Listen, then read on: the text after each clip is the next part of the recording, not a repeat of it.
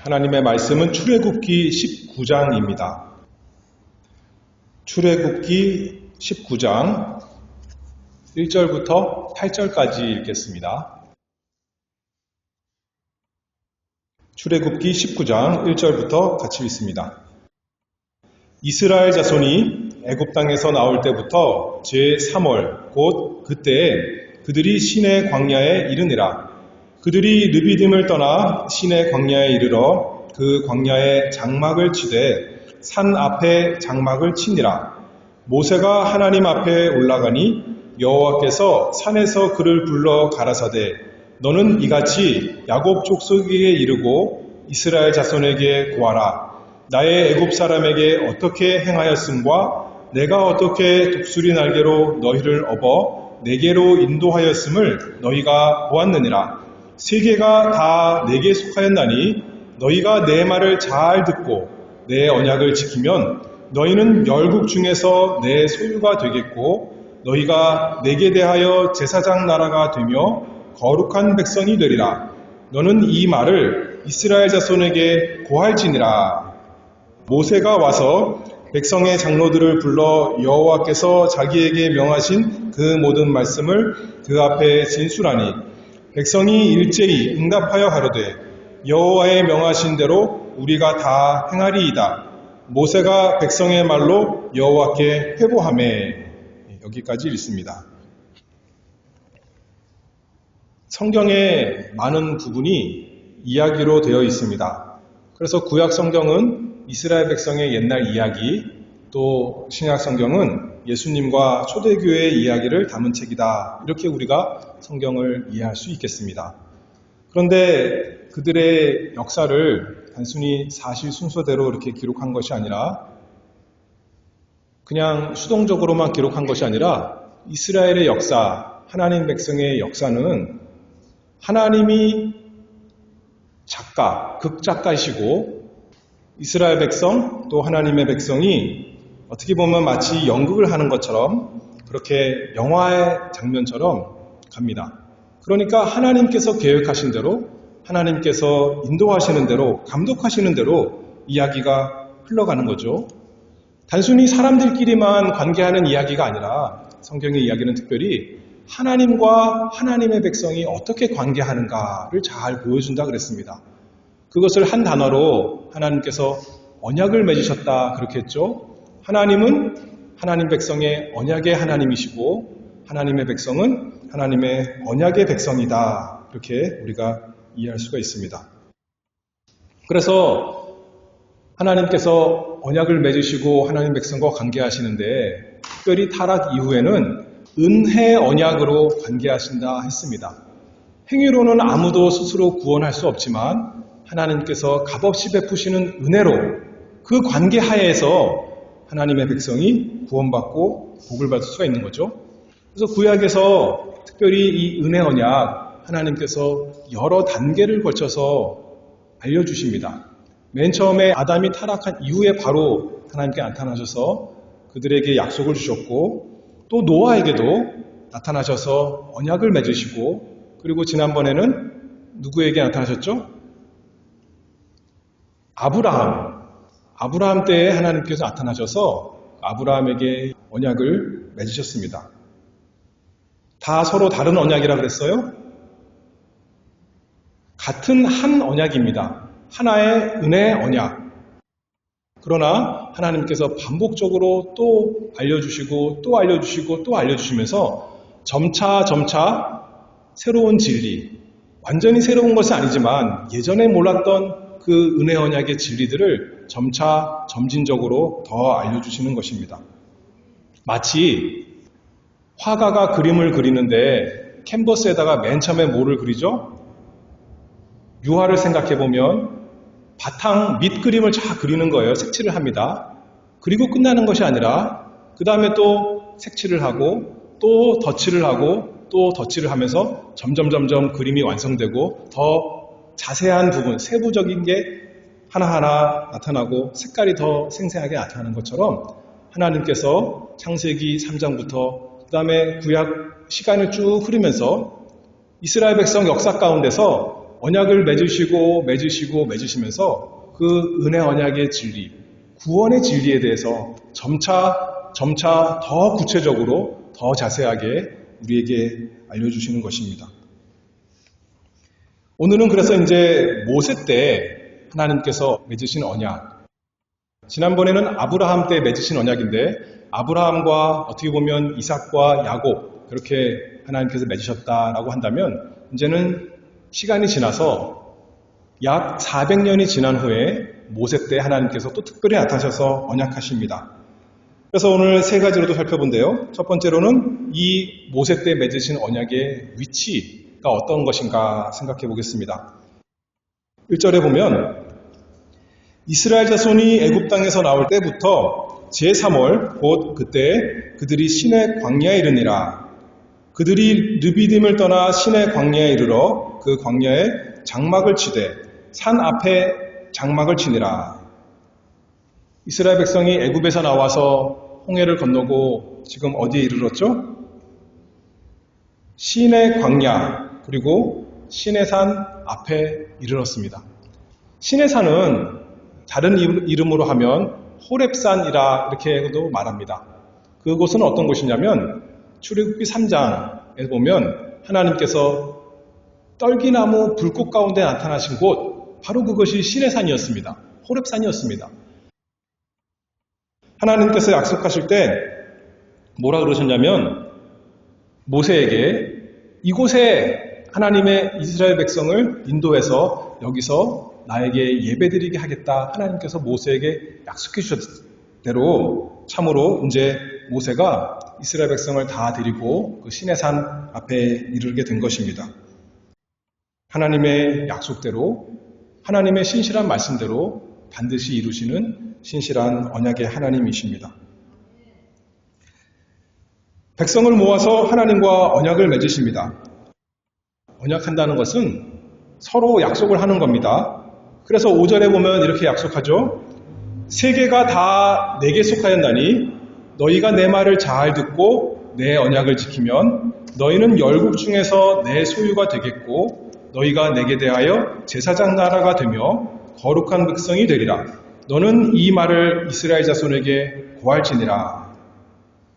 이스라엘 백성은 하나님 명령, 하나님 말씀에 순종하는 것이 언약을 지키는 것이고 그러면 하나님께서는 그들을 특별한 소유로 삼아서 사랑하시고 보호해 주시고 그들을 제사장 나라 거룩한 백성이 되게 해주시겠다라고 약속하셨어요. 그렇죠? 서로 간에 이것을 하겠습니다라고 서로 약속을 하는 것. 그것이 언약입니다. 7절입니다. 모세가 와서 백성의 장로들을 불러 여호와께서 자기에게 명하신 그 모든 말씀을 그 앞에 진술하니 백성이 일제히 응답하여 가로되 여호와의 명하신 대로 우리가 다 행하리이다. 백성이 동의했습니다. 하나님께서 말씀하시고 하나님께서 언약의 조건을 말씀하시고 그리고 백성들은 다 우리가 순종하겠습니다. 하나님이 우리의 하나님이시고 우리는 하나님의 백성입니다. 선하시고 지혜로우신 하나님께서 말씀하셨으니 얼마든지 마땅히 우리가 그것 다 순종하겠습니다. 라고 이렇게 응답했습니다. 그런데 아까 제가 처음에 말할 때 이게 새로운 언약인가요? 모세 때 하나님께서 맺으신 언약, 새로운 언약이 아니라 옛날 그 언약을 다시 하나님께서 깨닫게 하시는 것입니다. 아브라함에게 주셨던 그 언약이 연장되는 것입니다. 출애굽기 2장 마지막 절에 보면 이스라엘 백성이 애굽에서 고난당할 때 뭐라 그러냐면 24절에 하나님이 그 고통 소리를 들으시고 아브라함과 이삭과 야곱에게 세운 그 언약을 기억하사 이스라엘 자손을 권념하셨더라. 지금 이스라엘 백성을 하나님께서 돌보시고 잊어버리지 아니하시는 것, 구원해 내신 것은 다시 언약 맺고자 하시는 것은 아브라함과 이삭과 야곱에게 맺으셨던 그 언약 때문이다. 그 언약의 연장선이다. 이렇게 우리가 알 수가 있죠. 그래서 출애굽기 3장 6절에 하나님께서 모세에게 나타나셨을 때도 자신을 뭐라고 말씀하세요? 나는 내 조상의 하나님이니 아브라함의 하나님, 이삭의 하나님, 야곱의 하나님이다. 그 언약 내가 잊지 아니하고 아브라함에게, 이삭에게, 야곱에게 약속했던 것을 너희에게도 주려고, 너희에게도 이루어 주려고 내가 찾아왔노라. 그렇게 하나님께서 말씀하시는 것입니다. 그래서 아브라함의 언약이 행위 언약이라 그랬어요? 은혜 언약이라 그랬어요? 은혜 언약이라 그랬어요. 다시 말해서 우리의 행위가 조건이 되어서 우리가 복받고 구원받는 그 언약이 아니라 하나님의 주권적인 은혜로 우리가 복을 받는 언약이다 했습니다. 모세 언약은 아브라함의 언약을 이은 것이니까 행위 언약인가요? 은혜 언약인가요? 그 위치가 은혜 언약이라는 겁니다. 여전히 그렇다는 거예요. 우리가 얼핏 생각하기에는 하나님 말씀 잘 순종하면 모세 율법을 따라서 복을 받고 하나님 말씀 어기면 모세 율법을 따라서 저주를 받고 행위 언약 같은데 성경을 전체를 가만히 살펴보면 모세 언약은 아브라함 언약에 연속된 은혜 언약에 속한다라는 것을 우리가 이해할 수가 있습니다. 그래서 4절에 보면 이렇게 말씀하지 않습니까? 하나님께서 나의 애굽 사람에게 어떻게 행하였음과 내가 어떻게 독수리 날개로 너희를 업어 내게로 인도하였음을 너희가 보았느니라. 하나님께서 이스라엘 백성을 이미 구원해 내신 거예요. 그렇죠? 이미 그들에게 주권적으로 복을 베푸신 것입니다. 그들이 하나님을 잘 순종했더니 애굽에서 하나님께서 구원의 복을 베풀어 주신 것이 아니라 하나님께서 선제적으로 미리 이미 아브라함에게 약속하셨던 것 그대로 이루시기 위해서 그들을 은혜롭게 구원하셨다는 거예요. 행위가 공로가 되어서 그들이 복을 받은 것이 아니라 은혜로. 그러니 이 모세 언약, 새로 지금 어떻게 보면 새로 또 언약을 하는 건데 그것도 역시 은혜 언약이다. 그 위치에 대해서 먼저 생각해 보았습니다. 그런데 이 모세 언약 또는 시내산에서 맺었기 때문에 시내산 언약이라고도 말하는데요. 이것의 특별한 점은 율법이 있다는 거예요. 그렇죠? 은혜 언약인데 그 특징이 율법이라는 것입니다. 아브라함 때는 하나님께서 이런 율법을 자세한 거 주시지 않았어요. 근데 모세 때에는 이스라엘 백성에게 왜 율법을 주셨을까요? 힘들게 하려고? 괴롭게 하려고 율법을 주셨을까요? 그것이 아니라 그들에게 너무나 필요했기 때문에 그렇죠. 예전에는 한 가족끼리 이렇게 살았는데 이제는 그 사람들의 숫자가 얼마큼 되었습니까? 남자만 세었을 때 60만이 되었어요. 한 나라, 한 민족이 되었습니다. 큰 나라가 되었어요. 그러니 마땅히 그 사람들이 살아가려면 법이 있어야 되는 겁니다. 그렇죠? 그래서 그들 간에 서로 사랑하며 잘 살 수 있도록 하나님께서 율법을 주신 것입니다. 한편으로는 하나님을 사랑하여 섬기고 또 사람 간에 서로 사랑하며 섬기도록 율법을 주셨습니다.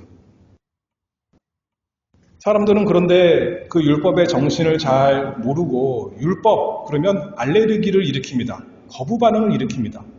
그러나 율법은 사랑과 절대로 반대되는 것이 아니라 오히려 율법의 정신이 사랑이고 긍휼이고 공이고 선한 것입니다. 그러니 얼마나 좋은 것이에요? 로마서 7장 12절 제가 거기에 표시해 놨는데요. 사도 바울을 통해 하나님께서 말씀하십니다. 율법도 거룩하며 계명도 거룩하며 의로우며 선하도다. 율법은 100% 좋은 것입니다. 그렇죠? 율법은 하나님이 주신 것이기 때문에 하나님의 성품을 잘 보여주는 것입니다. 하나님이 거룩하시니까 율법도 거룩하고 하나님이 의로우시니까 그 율법의 계명도 의롭고 또 하나님이 선하시니까 율법도 선한 것입니다. 사랑과 반대되는 것이 아니라 사랑 그 자체가 율법이다 그렇게 말하는 거예요. 그것을 안다면 시편에 많은 사람들이 고백하는 것처럼 특별히 시편 119편이 율법에 대한 하나님의 말씀에 대한 찬송인데 뭐라 그러냐면 97절에 내가 주의 법을 어찌 그리 사랑하는지요 내가 그것을 종일 묵상하나이다. 오늘날 나가서 말해보세요. 나는 율법을 사랑합니다. 그러면 좀 이상한 사람으로 아마 생각할 겁니다. 저에게 예수 믿는 친구 하나 있었는데 좋은 친구인데 그 친구가 저에게 그러는 거예요. 율법 그거 얘기하지 말고 그것보다도 그냥 우리가 사랑하면 되지 않겠느냐 그렇게 말하는 겁니다. 그런데 율법이 바로 사랑이라고요. 그렇죠? 율법이 하나님 사랑하고 이웃 사랑하라는 것이 율법 아니겠습니까? 그런데 우리가 율법을 싫어하고 미워하는 것은 우리 마음에 죄로 뒤틀려서 선하고 의로운 것을 싫어하기 때문에 한편으로 율법을 싫어할 수가 있습니다. 또 한편으로는 우리가 온전히 율법을 지킬 수 없는 것을 알기 때문에 그 율법의 저주를 알아서 율법을 두려워합니다. 마치 아담이 죄를 짓고 나서 자기가 벗은 줄 알고 부끄러워서 하나님을 피해 숨었듯이 우리도 율법이 반영하는 그 하나님의 거룩하심과 완전하심에 대해서 우리는 가까이 가기 힘든, 꺼리고 싶은 것이 율법이 되었습니다. 그러나 하나님께서 이스라엘에게 그리고 또한 우리에게 율법을 주신 것은 그것을 통해서 그걸 잘 순종해서 복받고 구원받아라 하는 것이 아니라 율법의 준수를 공로가 되도록 주신 것이 아니라 이미 구원받은 사람에게 이스라엘 백성 이미 애굽에서 나왔습니다. 이미 하나님의 백성이 된 것입니다. 그런 사람에게 이제는 하나님처럼 살아라. 하나님 성품에 맞도록 그 율법에 맞도록 살아라 라고 법을 주신 것이다. 우리가 알 수가 있는 것이죠. 로마서 12장 2절 이것은 거기에 있어요. 거기에 같이 읽어볼게요. 오늘날 우리도 마찬가지입니다. 너희는 이 세대를 본받지 말고 오직 마음을 새롭게 함으로 변화를 받아 하나님의 선하시고 기뻐하시고 온전하신 뜻이 무엇인지 분별하도록 하라. 하나님의 선하시고 기뻐하시고 온전하신 뜻이 뭐라는 거예요? 율법이라고요. 율법. 도덕법, 율법이다. 그것이 잘 요약되어 있는 것이 십계명인 것입니다. 그래서 신명기 9장 11절에 보면 십계명을 언약의 두 돌판 그렇게 표현해놨습니다. 언약책이라는 겁니다. 언약의 그 조항이 있는 책. 하나님께서 우리에게 주셔서 바르게 살도록 그 규범을 주셨다는 겁니다. 우리가 어떻게 하면 바르게 살 수 있을까? 어떻게 하면 선하게 살 수 있을까? 어떻게 하면 사랑하며 살 수 있을까? 어떻게 하면 의롭게 살 수 있을까? 라고 할 때 율법, 도덕법, 그 요약 십계명 주셔서 우리로 하여금 그렇게 살게 하시는 것입니다. 그리고 이 율법은 단지 개인적인 거룩을 위해서만 주신 것이 아닙니다. 오늘 본문 출애굽기 19장 5절에 보면 뭐라고 말씀하셨냐면 세계가 다 내게 속하였나니 너희가 내 말을 잘 듣고 내 언약을 지키면 너희는 열국 중에서 내 소유가 되고 너희가 내게 대하여 제사장 나라가 되며 거룩한 백성이 되리라. 무슨 말이냐면 이스라엘 백성 자기들끼리 잘 살도록만 율법을 주신 것이 아니라 그들이 율법을 잘 지키면 그래서 하나님의 성품을 잘 드러낸다면 제사장 나라가 된다는 겁니다. 거룩한 백성이 된다는 겁니다. 무슨 말이냐면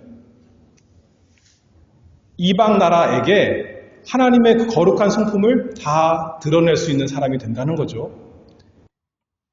모든 세상은 다 자기 욕심대로 악한 대로 거짓을 일삼으며 욕심대로 살아가지만 하나님의 백성은 제사장 나라로서 거룩한 백성으로서 하나님 말씀대로 잘 산다면 그 하나님의 거룩하심, 의로우심, 긍휼하심, 선하심이 다 드러나지 않겠습니까? 그것을 하라는 것입니다. 그것을 위해서 율법을 주셨다라는 거죠. 신약에 우리도 마찬가지입니다. 베드로전서 2장 9절은 제가 거기다 써놨죠. 같이 읽어볼게요. 구약 이스라엘만 아니라 오직 너희는 택하신 족속이요 왕같은 제사장들이요 거룩한 나라요 그의 소유된 백성이니 이는 너희를 어두운 데서 불러내어 그의 기이한 빛에 들어가게 하신 자의 아름다운 덕을 선전하게 하려 하심이라. 그래서 하나님께서 율법을 주셨다는 거예요. 우리가 우리끼리 모여서 가정에서 교회에서 선하게 사랑하며 행하는 것, 그것도 너무나 필요하고 좋지만 그것만이 아니라 우리가 세상에 하나님의 덕을 비추려면 세상에 나가 살면서 사람들과 관계하면서 다른 사람들은 장사하면서 맨 속이는데 저 사람은 참 진실하게 장사하는구나 통해서 알고 봤더니 예수 믿는 사람이요 하나님의 백성이구나. 그래서 이렇게 의로움이 있고 진실함이 있구나. 하나님의 덕이 나타나는 거 아니겠어요? 다른 사람들은 나를 못 잡아먹어서 안달인데 저 사람은 나에게 참 긍휼을 베푸는 사람이구나. 하나님의 백성이 그렇구나 라고 하나님께 영광이 되고 돌아가는 것입니다. 그래서 하나님께서 우리에게 율법을 주셔서 우리의 유익을 위해서, 다시 말해서 우리의 거룩함을 위해서 주셨을 뿐만 아니라 하나님의 영광을 위해서 우리에게 하나님의 거룩한 의로운 선한 율법을 주셨습니다. 크게 모세 언약, 이 모세 언약에 잘 나타나 있는 거죠. 옛날에 아브라함 언약에, 노아 언약에, 또 아담에게 주셨던 약속에는 이런 것이 잘 나타나지 않습니다. 그러나 이제 이스라엘 백성이 가나안에서 거룩한 백성으로서 하나님 나라에서 살아가야 되기 때문에 이 세상에 빛을 발해야 되기 때문에 하나님께서 구체적으로 율법을 주셔서 거룩하게 살도록 이렇게 하신 것입니다. 율법의 위치, 모세 언약의 위치에 대해서 먼저 살펴봤고, 두 번째 그 율법에 대해서 살펴봤고, 율법에 주신 이유, 또 목적, 기능, 그런 걸 생각해봤고, 세 번째로는 그 율법의 성취에 대해서 우리가 잠깐 생각해 볼 텐데요. 하나님께서 율법을 주셨어요. 하나님의 언약 백성에게. 그런데 안타까운 것은, 너무나 죄송스러운 것은 우리가 그 율법대로 다 살지 못한다는 그 현실입니다. 우리는 율법을 이 세상에서 100% 다 지킬 수 없는 사람인 것을 고백합니다. 그래서 예수님께서 우리에게 알려주신 기도에 너희가 혹시 죄를 짓거든 죄를 사하여 주시옵소서 이렇게 기도해라. 그렇게 하지 아니하시고 날마다 기도할 때 하나님 아버지 우리 죄를 사하여 주시옵소서 그렇게 기도하라 예수님께서 알려주신 거죠. 우리가 죄인이라는 것을 예수님께서 전제하신 거예요. 이미 구원받은 하나님의 백성인데도 불구하고 이미 율법을 받았는데도 불구하고 어떻게 살아야 되는지 표준 있는데도 우리의 삶은 거기에 맞지 않는다는 겁니다. 그런데 감사하게도 율법의 기능 또 한 가지는 그래서 그 율법을 통해서 우리가 죄인인 것을 깨닫게 됩니다. 하나님 앞에 겸손하게 자신을 낮추게 되고 죄를 고백하게 되고 그것만이 아니라 더 중요한 것은 뭐냐면 그 율법을 완성하신 우리를 위해서 다 이루신 예수 그리스도를 바라보게 하십니다. 예수 그리스도께 달려가도록. 예수님께서 말씀하셨죠. 마태복음 5장 17절에 내가 율법이나 선지자나 폐하러 온 줄로 생각지 말라. 폐하러 온 것이 아니요 완전케 하려 함이로다. 예수님께서 이 세상에 오신 목적 중 하나는 율법을 완전하게 하시려고 하나님 백성인 우리가 마땅히 지켜야 되는 율법 우리는 다 못 지키지만 예수님께서 우리 대신 그 율법을 다 온전히 지키시려고 완전케 하시려고 완성하시려고 이 세상에 오셨다는 거죠. 그 예수님을 바라보고 그 예수님을 의지하도록 하는 것이 또 율법의 한 기능입니다. 그래서 아담은 범죄해서 사단의 종이 되게 했지만 예수님은 온전히 순종하심으로 사단의 머리를 깨뜨리시고 우리를 구원하신 분이 되셨습니다. 갈라디아서 3장 24절 그것을 이렇게 잘 말씀하죠. 거기에 제가 해놨죠. 같이 읽어볼게요. 이같이 율법이 우리를 그리스도에게로 인도하는 몽학 선생이 되어 우리로 하여금 믿음으로 말미암아 의롭다함을 얻게 하려 함이니라. 율법 자체가 우리를 의롭게 하지 못하고 우리를 구원할 수 없는데 다만 우리가 죄인인 것을 율법을 통해 깨닫고 10계명, 1계명부터 10계명까지 나는 다 온전히 못 지키는 죄인입니다. 뭐 어떤 거는 지키는데 어떤 거는 못 지키는 것이 아니라 다 나는 못 지키는 죄인입니다. 하나님 앞에 고백하고 그리스도께로 인도하는 몽학 선생이 된다. 우리가 어려서 선생이 필요한 것처럼 율법이 그런 역할을 한다는 겁니다. 그래서 이제는 그 그리스도를 믿음으로 말미암아 의롭다함을 얻게 하는 그 몽학 선생이 되는 것이 율법이다. 그렇게 말씀했어요.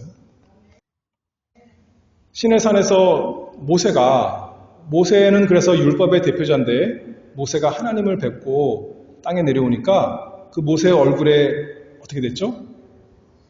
광채가 났어요. 밝게 빛났어요. 근데 사람들이 너무 밝아서 보지 못하니까 모세가 수건을 가려서 얼굴을 가렸습니다. 율법도 그렇게 영광스러운 것이에요. 하나님의 성품이 나타나는데.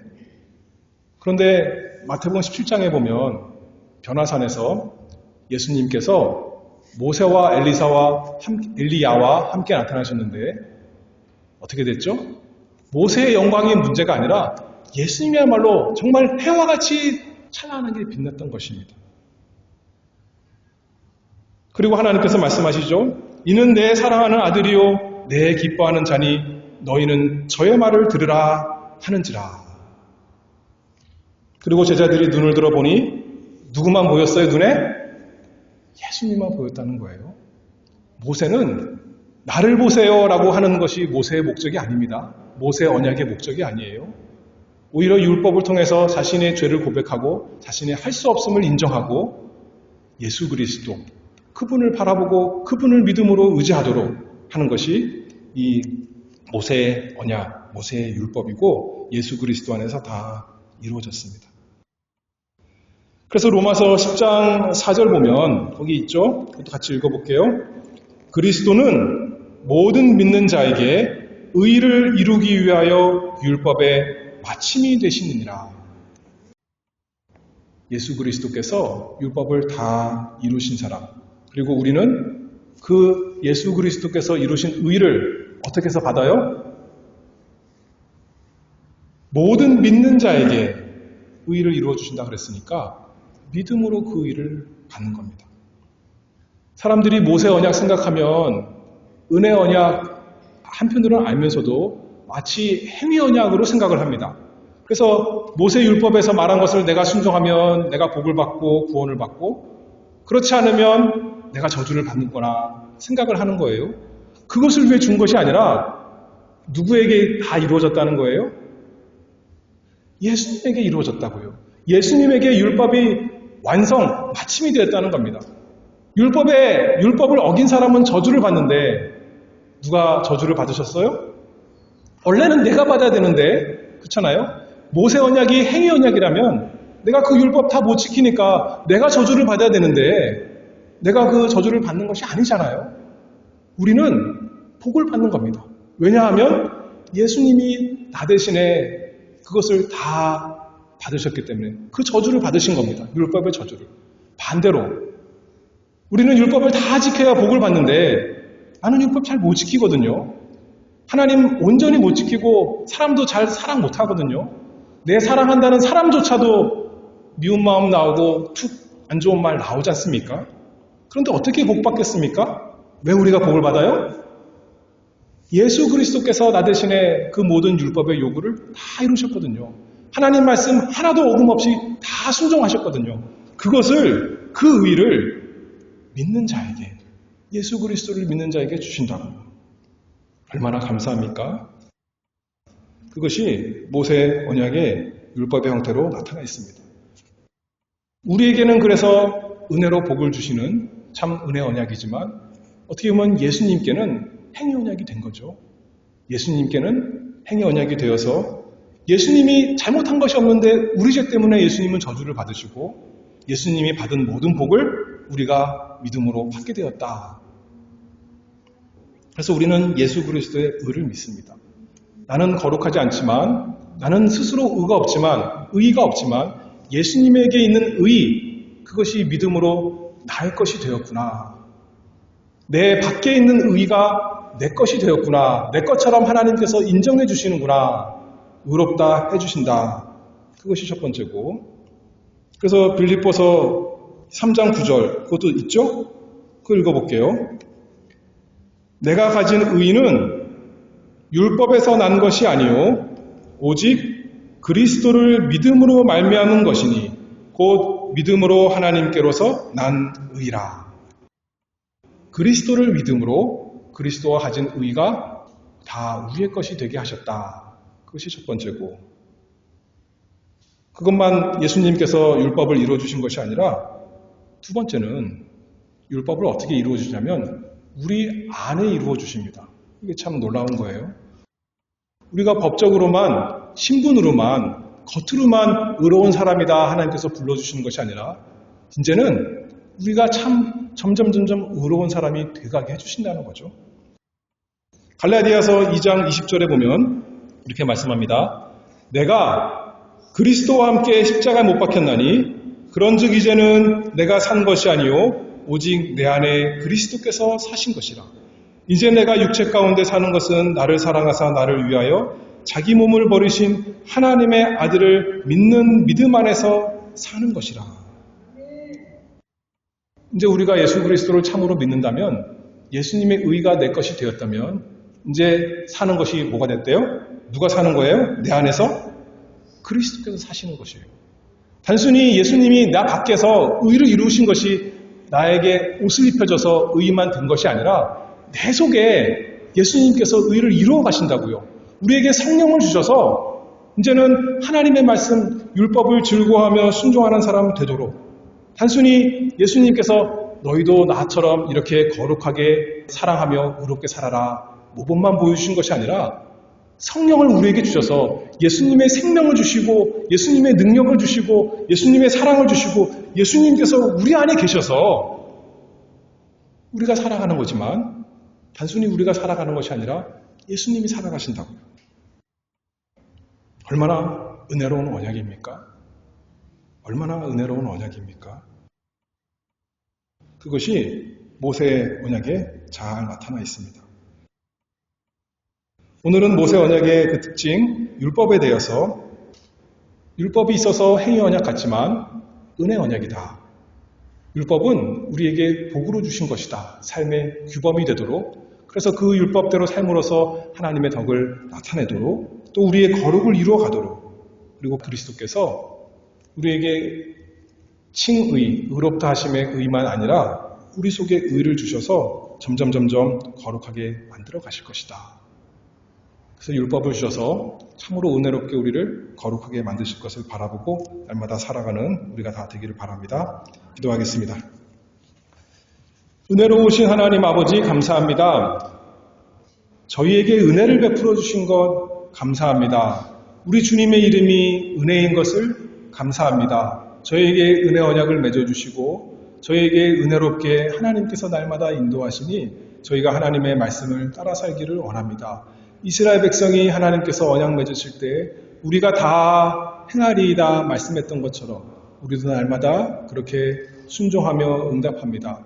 우리 스스로는 할 수 없습니다. 그것을 고백합니다. 우리는 죄를 사랑하고 우리는 하나님 떠나기만 바쁜 사람입니다. 그러나 하나님께서 저희를 구원하셨고 저에게 새 생명 주시고 예수 그리스도의 생명, 성령을 주셔서 저희로 하여금 하나님 사랑하며 살아가게 하셨사오니 하나님 순종하기를 원합니다. 순종하는 마음 주시고 사랑하는 마음 주시고 그래서 하나님의 성품, 하나님의 아름다움이 저희 한 사람 한 사람, 저희 가정, 저희 교회를 통해서 이 땅에 나타내 주시옵소서. 예수 그리스도의 이름으로 기도하옵나이다. 아멘.